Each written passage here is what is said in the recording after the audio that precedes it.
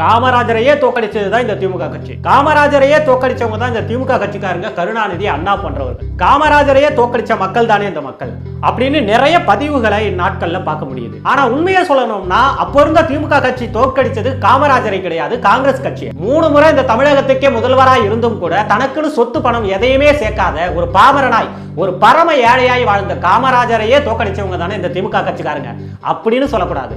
பெரும் பணம் படைத்தவர்கள், பெரும் நிலமுடைய சமூகத்தை சேர்ந்தவர்கள், பெரும் பண்ணையார்களுடைய வாரிசுகளால் உருவாக்கப்பட்ட காங்கிரஸ் கட்சியை சேர்ந்தவர்களை அன்னைக்கு ஒரு பாமரனாய், ஒரு சாமானியனாய், வீதியில இறங்கி போராடுற நபர்களாக இருந்த அண்ணா, கலைஞர் போன்றவர்கள் தோற்கடிச்சாங்க அப்படின்னு சொல்லணும். தமிழக மக்களுக்காக எவ்வளவு நன்மை செஞ்சவர், கல்வி கண் தந்தவர், இப்படிப்பட்ட காமராஜரையே மக்கள் தோற்கடிச்சுட்டாங்க அப்படின்னு சொல்லக்கூடாது.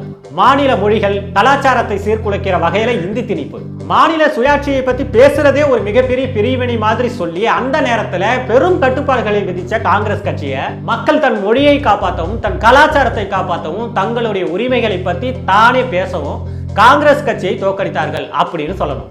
சோ தோற்கடிக்கப்பட்டது காமராஜரை அல்ல, காங்கிரஸை. தோற்கடிக்கப்பட்டது காமராஜரை அல்ல, காங்கிரசின் கொள்கையை.